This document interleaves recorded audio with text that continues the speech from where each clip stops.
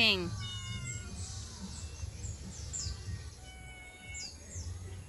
Good morning guys. Ayan, may ibon.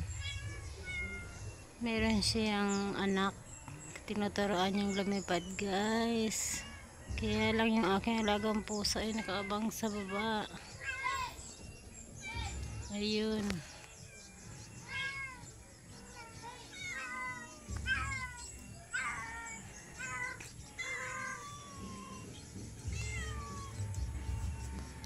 Kawawa naman yung ibon kapag inabot ng pusa. Ano? Gusto mo yung ibon? Wag naman. Sayang naman. Kawawa naman.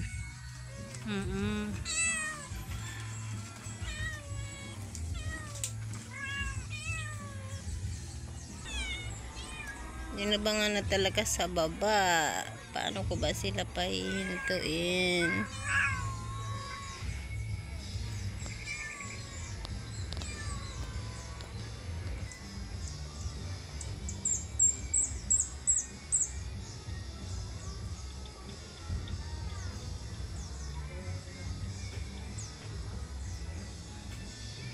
Yan yung puno ng dates guys na tanim ko.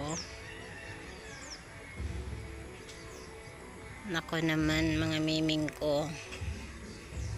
Hayaan nyo namang mabuhay yung ibon.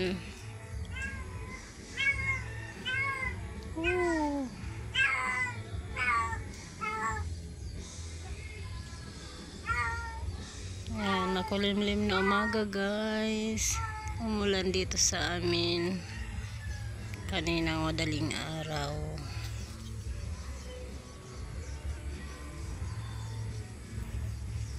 Oy. Andyan. Andyan. Wawa man yan. Wawa man si bird. Andyan. Ayoko din naman siya guys. Saktan masyado. Yung umalis lang. Huwag mong paagat. Tripad yung ibon.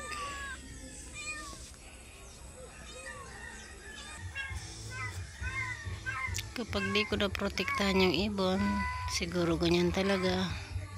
Di ko naman pwede bantayan na lang yan.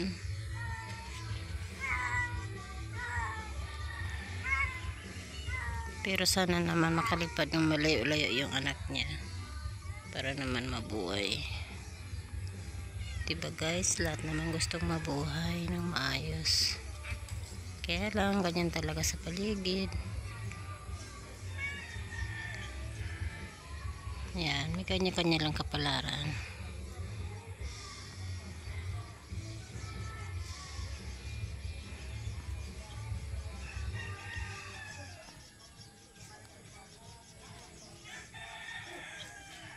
Bumalik sa loob ng pugad yung baby niya. Kasi di pa niya kayang lumipad. Yung inang nasa labas. Aya ng aya guys.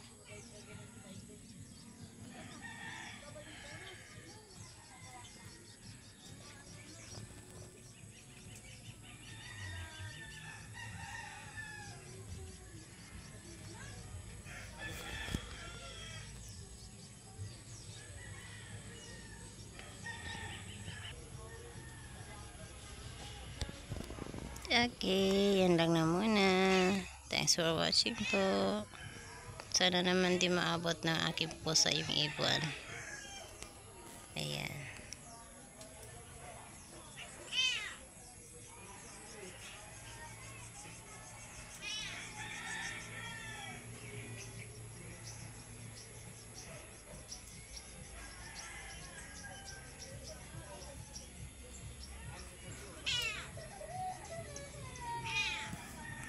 Okay guys, thanks for watching po.